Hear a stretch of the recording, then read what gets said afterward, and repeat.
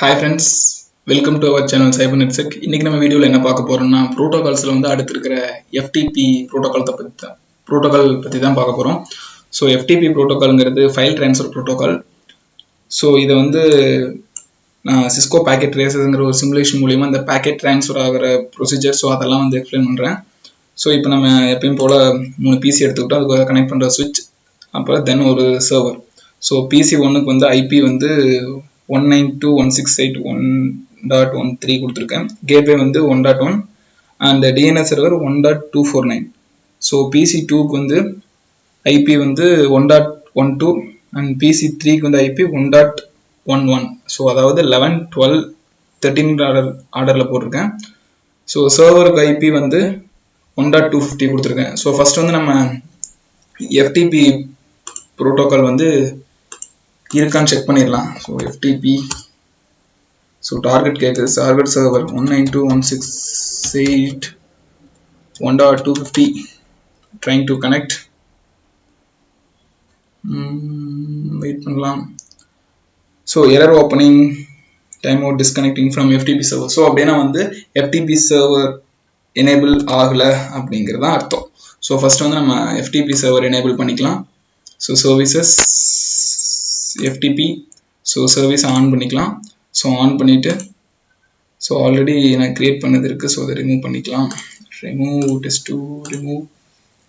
So ஆக்சுவலாக வந்து first user name வந்து test1, பாஸ்வேர்டு வந்து டெஸ்ட். ஸோ இந்த க்ரெடென்ஷியல், யூசர் நேம் க்ரெடென்ஷியல் இருக்கிறவங்களுக்கு என்ன பெர்மிஷன்னா write, read, delete, rename, list அப்படிங்கிற பெர்மிஷன்ஸ் கொடுத்துக்கலாம்.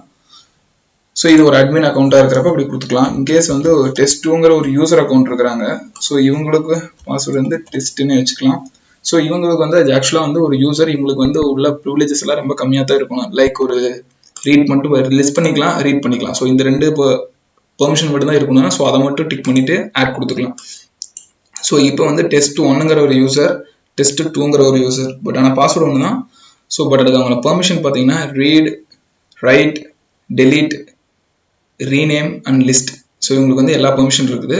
ஸோ அதுக்கப்புறம் நம்ம செகண்டாக கிரியேட் பண்ண test2 யூசருங்கிறது வந்து ரீட் அண்ட் லிஸ்டிங், இந்த ரெண்டு பெர்மிஷன் மட்டும்தான் இருக்குது. ஸோ அதை பார்த்துடலாம். ஸோ க்ளோஸ் பண்ணிக்கிறேன், PC2 லாகின் பண்ணுறேன். ஸோ நம்ம இப்போ வந்து ஆக்சுவலாக சிமுலேஷன் பார்க்குறோம். சிமுலேஷனில் ஸோ ஃபில்டர் எடிட் பண்ணிக்கிறேன். எடிட் பண்ணிட்டு FTP எங்கே இருக்குது,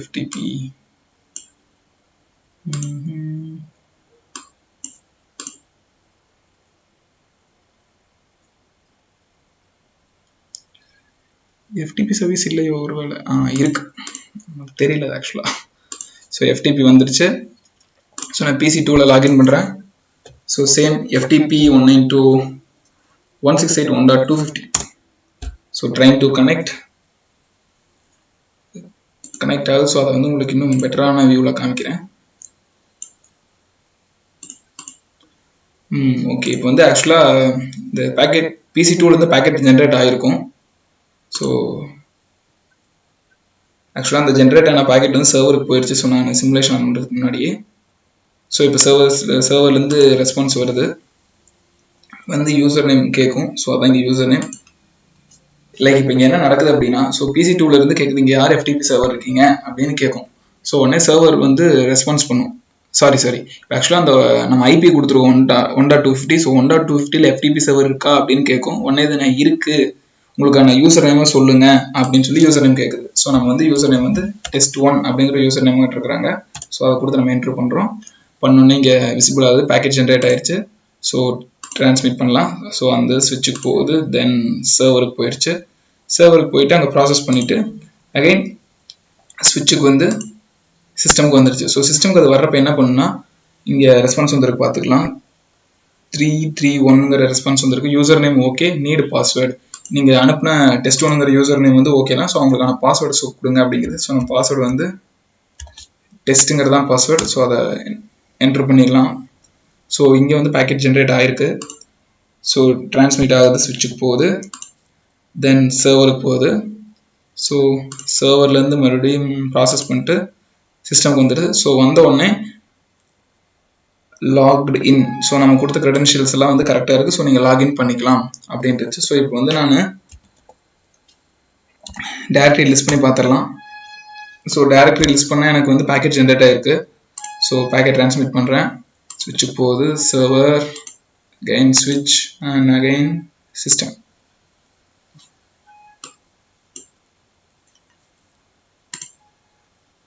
இன்னொரு பேக்கெட் போகுது. ஸோ வந்து 2 பேக்கெட்டாக ஜென்ரேட் ஆகிருக்கு. ஸோ அந்த பேக்கெட் வந்துட்டோம்.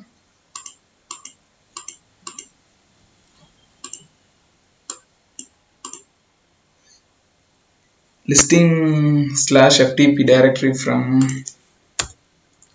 sorry என்ன ஆச்சு? ஸோ பேக்கெட் லாஸ் ஆகிடுச்சா? இல்லையே, பேக்கெட் எதுவும் லாஸ் ஆகல, டிரான்ஸ்மிட் ஆகிட்டு இருக்கு. ஸோ 1 செகண்ட் அதை ரியல் டைம் மாற்றிட்டு ஸோ ட்ரான்ஸ்ஃபர் ஆன எல்லா பேக்கெட்ஸும் போயிருக்கும் ஃபஸ்ட்டு. ஸோ போயிடுச்சு. ஸோ இப்போ வந்து நம்ம சிமுலேஷனை செக் பண்ணிக்கலாம். ஸோ சிமுலேஷன் ஆன் பண்ணிக்கலாம். ஸோ PC2 இங்கே இருக்குது. ஸோ PC2வில் வந்து நம்ம ஆக்சுவலாக வந்து ஃபஸ்ட் வந்து ஹெல்ப் கமெண்ட் கொடுத்து பார்த்துடலாம். ஸோ ஹெல்ப் கமெண்ட் கொடுக்குறேன். ஸோ பட் ஆனால் ஹெல்ப் கமெண்ட் இங்கே நம்ம கொடுக்குறப்ப என்ன ஆகுது அப்படின்னா, இந்த FTP ப்ரோட்டோகால் வந்து ஒரு சில இன்ஸ்ட்ரக்ஷன்ஸ் எல்லாம் வந்து கிளைண்ட் சைடு மிஷினில் தான் பெர்ஃபார்ம் பண்ணும். ஸோ லைக் இப்போ லினக்ஸ் மிஷின் யூஸ் பண்ணுறவங்களுக்குலாம் இந்த இது தெரிஞ்சிருக்கும். ஸோ நம்ம கொடுக்குற கமெண்ட்ஸ் வந்து மேக்ஸிமம் ஆஃப் கமெண்ட் வந்து நமக்கு வந்து சிஸ்டமில் தான் ரன் ஆகும். பிகாஸ் சர்வரோட கம்யூனிகேஷன் எல்லாமே சில ப்ரோட்டோகால் வந்து ஒரு சில ஒரு சில டாஸ்க்கை வந்து ரன் பண்ணும். ஸோ அது மாதிரி தான் இந்த FTP வந்து நம்ம ஹெல்ப் கமெண்ட் கொடுக்குறோம்னா அது வந்து கிளைண்ட் மிஷினில் தான் நடக்கும். ஸோ சர்வர் சைடில் நடக்காது. இன்கேஸ் இப்போ வந்து நான் PWD ஸோ டைரக்டரி பார்க்கலாம். ஸோ இதுக்கு வந்து நமக்கு வந்து சர்வர் சைடு போய் தான் ஆகணும். ஸோ அதனால் வந்து வெயிட் பண்ணலாம். ஸோ பேக்கெட் ஜென்ரேட் ஆகிருக்கு, டிரான்ஸ்மிட் பண்ணலாம்.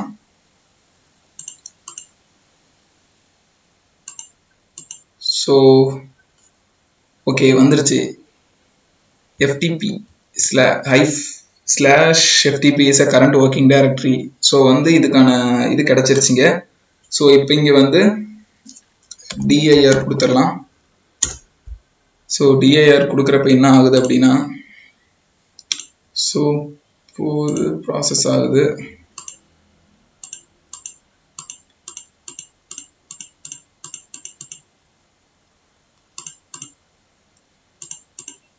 ஸோ ஆக்சுவலாக நிறைய பேக்கெட் ட்ரான்ஸ்மிட் ஆகி ரிசீவ் ஆகிட்டு இருக்கு. தட் மீன்ஸ் அந்த ஃபோல்டரில் வந்து நிறைய ஃபைல்ஸ் இருக்குது. ஸோ பார்த்தீங்கன்னா இதுதான் ஆக்சுவலாக வந்து நம்ம அப்ளையே வந்தது எரர் கிடையாது. அப்ளையே வந்து நமக்கு என்ன பண்ணோம்னா, ஆக்சுவலாக அந்த லிஸ்ட் பண்ணுற பேஜில் அந்த டைரக்டரியை ஓப்பன் பண்ணுறப்ப அந்த டைரக்டரியில் வந்து 32 ஃபைல்ஸ் இருக்குது. ஸோ அந்த 32 ஃபைல்ஸோட டேட்டா பேக்கெட்ஸையும் எட்டு வரணும். ஸோ அதுக்காகத்தான் பேக்கெட்ஸ் வந்து நிறைய ட்ரான்ஸ்மிட் பண்ணி நிறைய ரிசீவ் பண்ணியிருக்கு. ஸோ அதுதான் வந்து நமக்கு அந்த இதில் லேட் ஆகிருக்கு. சேம் நமக்கு அதை நம்ம இதில் பார்க்குறப்ப நமக்கு ஈவெண்ட் லிஸ்ட் வந்து ஃபுல் ஆயிடுச்சு அப்படின்னா நம்ம கிளியர் பண்ணுற மாதிரி தான் இருக்கும். ஸோ நம்ம ஃபஸ்ட்டு இந்த இதில் பார்த்துக்கலாம். ஸோ PC2வில் ஜென்ரேட் ஆகிற பேக்கெட், ஸோ அதோட இன்பவுண்ட் டீட்டெயில் பார்த்தோம்னா, ஸோ நமக்கு ஈத்தர்நெட் நம்ம போர்ட்டில் எந்த போர்ட்டில் வந்திருக்கு. ஆக்சுவலாக வந்து இது PC1 வந்து போர்ட் 1ல் கனெக்ட் ஆகிருக்கும், PC2 வந்து போர்ட் 2, PC3 போர்ட் 3ல் கனெக்ட் ஆகிருக்கும், சர்வர் வந்து போர்ட் 24ல் கனெக்ட் ஆகிருக்கும். ஸோ அந்த டீட்டெயில் முதற்கொண்டு எல்லாமே வந்து நமக்கு இந்த இன்பவுண்ட் அவுட்பவுண்ட் டீட்டெயில்ஸ் ஓப்பன் பண்ணி பார்க்குறப்ப தெரியும். ஸோ இப்போ வந்து சோர்ஸ் போர்ட் வந்து சோர்ஸ் IP வந்து 1.12 அண்ட் டெஸ்டினேஷன் IP வந்து 1.250. ஸோ நம்ம சர்வர் IP தான் டெஸ்டினேஷன். ஸோ சோர்ஸ் வந்து 1.12. ஸோ அவுட்பவுண்ட் பார்த்தோம் அப்படின்னா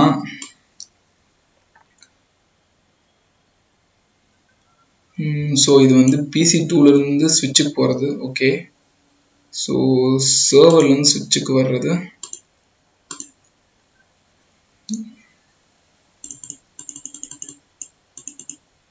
இங்கே சர்வரில் இப்போ ஆக்சுவலாக வந்து அப்ளை பார்த்தது வந்து PCலேருந்து சர்வருக்கு போகிறது. ஸோ அதில் வந்து சோர்ஸும் டெஸ்டினேஷனும் இருக்கும். ஸோ சேம் சர்வர்லேருந்து ஸ்விட்சுக்கு வரப்போ அப்படியே ஆப்போசிட்டில் இருக்கும். சோர்ஸ் வந்து சர்வர் அண்ட் டெஸ்டினேஷன் வந்து நம்ம கிளைண்ட் மிஷின். ஸோ இந்த ஒரு ப்ராசஸ் இதில் நடக்கும். ஸோ இன்பவுண்ட் அவுட்பவுண்ட் அப்படிங்கிறத பற்றி கொஞ்சம் இதுக்கு முன்னாடி போட்டு அந்த ப்ரோட்டோகால் வீடியோவில் கொஞ்சம் எக்ஸ்பிளைன் பண்ணியிருப்பேன். ஸோ இதை பற்றி கொஞ்சம் எக்ஸ்ட்ரா தெரிஞ்சுக்கணும்னு நினச்சிங்கன்னா நீங்கள் அந்த வீடியோ பாருங்கள். And thanks for watching, and special thanks from CyberNetSec. Bye friends.